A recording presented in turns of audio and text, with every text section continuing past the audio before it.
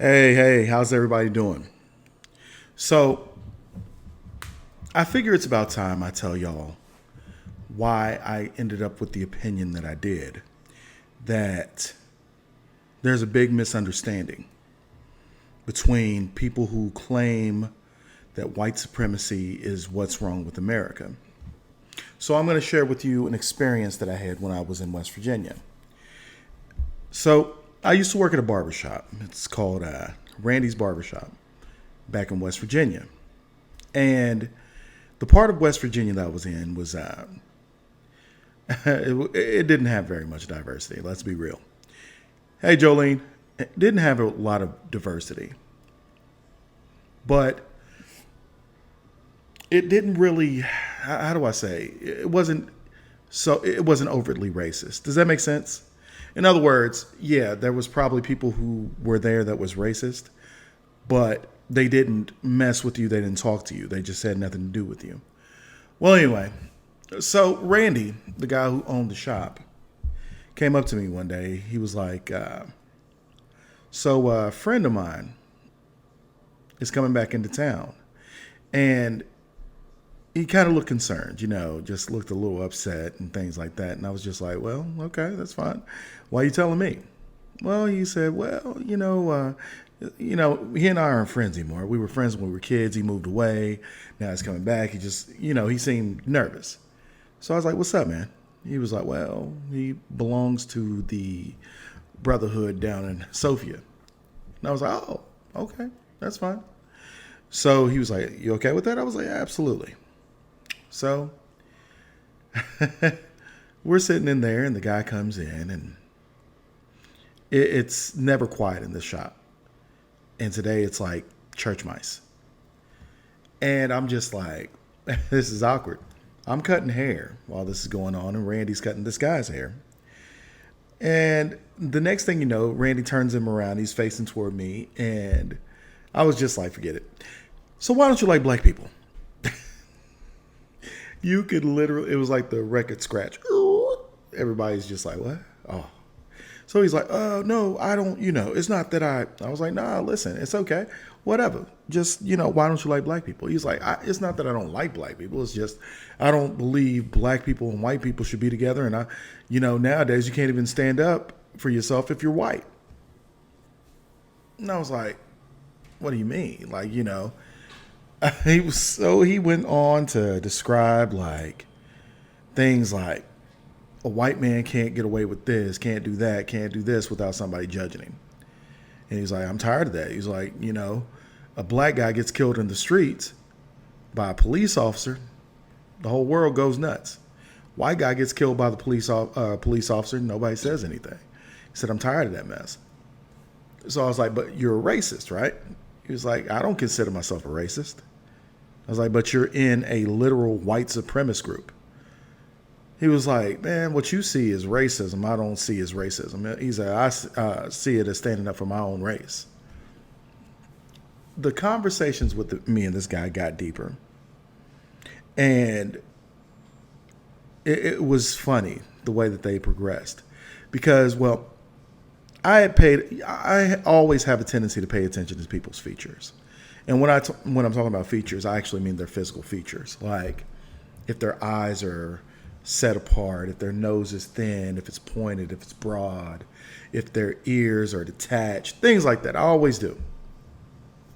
Well, I'm looking at this guy, and I was like, "So you don't believe that black people and white people should be together as in," and he's like, "Yeah." I was like, "Well, you realize you're probably mixed with a few different things. You're not just a white guy." I was like, "I'm looking at your features." He had olive skin, dark eyes, brown hair. And he was like, "No, my family is Polish." He said Polish and something. Well, anyway, and I was like, "No, I'm looking at his nose, and I'm looking at his eyes and the way that his cheekbones are." And I'm like, "No, I'm pretty sure you're Native American as well." And I was like, "By the shape of your nose and the end of it, I'd almost wager that you have black in you." And oh, listen, this man almost lost it. "I ain't got no blah blahs." I was like, hey, listen. So it just happened to be 23andMe was having a little sale. I was like, "You know what? Hey, guys, I would love to get you a 23andMe thing, and just prove to us that you're a white guy, right? He says, well, I can get my own dang test and blah, blah. And oh, he's mad. So literally gets on his phone, orders the test, and blah, yeah, he pays Randy for the haircut and says, I'll be back. Leaves. Well, he comes back a couple weeks later. Got the test. And, he gets a haircut, and me and him get to talking some more and things like that. And he was like, why do you think I have to hate black people? He's like, y'all hate yourselves enough. Y'all hate yourselves enough for anybody. He's like, look, all you see on the news is black people killing each other. He's like, what do you think? He's like, what do you think? People in white sheets are out in the flipping black neighborhoods killing black people? He's like, that's stupid. So, yeah, these are the conversations we had. And so he takes the test, swabs it, all this other stuff, and seals the test up, literally gets on FaceTime, goes down to the post office, drops it into the mailbox, whatever. Comes back, and we don't see him again for like 7-8 weeks, whatever. So he comes back, and I could see it in his face. I could already see it in his face. He was like, man, I ain't even want to come in here. And I was like, come on, let me see it. So, of course, he was right. He had some Polish in there. He had some German in there. Had some Parisian in there. Then, of course, he had some Native American, which is common in West Virginia, by the way. West Virginia. I can't remember the name of the Indian.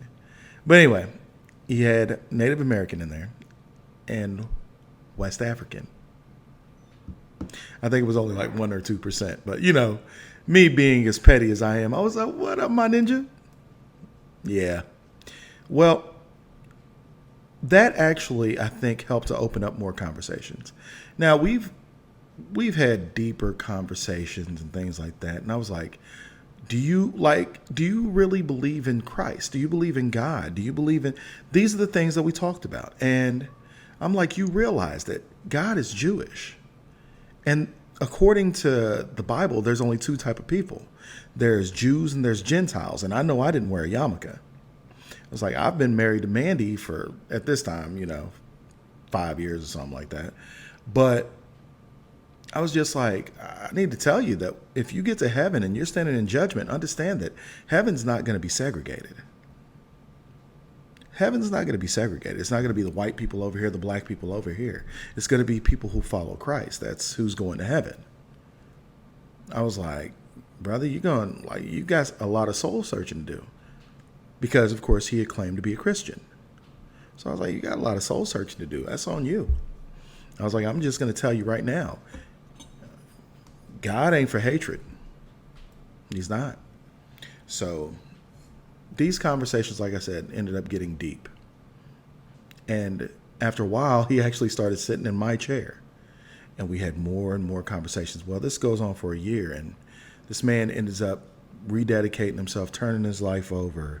He leaves the Brotherhood. Now, he left the Brotherhood within 6 or 7 months after our first meeting. And man, it just, his life did a 360. So he ends up leaving the Klan. Now, he still talks to the people from the Klan, and he's done his thing where he tries to pull them out as well. But here's how life works. He comes in one day and he's like, hey, man, sits down in the chair and he's kind of grinning. And I'm like, what's up, bro? He's like, man, I'm going to be a grandfather. Yeah. Mixed. And I'll tell you now, you've never seen a grandfather love his grandchild as much as that man loves his. I'm serious. You couldn't find a more dynamic duo. Inseparable. And I think mostly it's just because of the conversations we started with. Because if he was the same person that I initially met and started to have these conversations with, that would have never happened. He had to open himself up and be receptive. Listen to God. So I'm going to tell y'all now, when we have these conversations and when we talk to people, when we open up our hearts and show them, like, it's not because we're judging you. It's not because we think we're better than you. It's because we're trying to show you an error in your thinking. And we don't want you to fall by the wayside. We don't want you to just die and not know, because then that falls on me. I didn't do my job. I didn't do what I was supposed to do. And I will tell you now, I still talk to this man. We still talk about things, and he still tries to pull people out of the Brotherhood, because there is still a Knights of the KKK right there in Sophia, West Virginia, and he still, like I said, he still talks to them, tries to get them out. He still considers them friends and things like that, and it's just going to take a lot of patience. And what's so funny is I ended up going there and having talking to these men in that flipping chapter, of all things, a black man in there talking to them. Wasn't violent. They weren't rude. They just were matter of fact. And it was so weird, because I had one notion of what I thought it was going to be, and it turned out to be something different. And what's crazy is most people, this is why I laugh when people tell me, oh, they're all the KKK members are Republicans. Nah, boss. There's Republicans and there's Democrats all through there. Wherever their political leaning was had no bearing whatsoever on their morality issues. So I just thought I'd share that little story with you guys, and hopefully you can use this in a conversation. Just understand that these are still people. They can still be saved. They can still be talked to, And if you approach them, you can't drive out hate with hatred. That's the easiest way to say it. You can't drive out hate with hatred.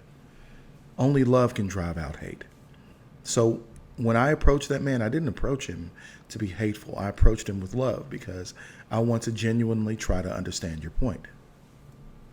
So, all right, y'all. I will talk to y'all soon. Bye.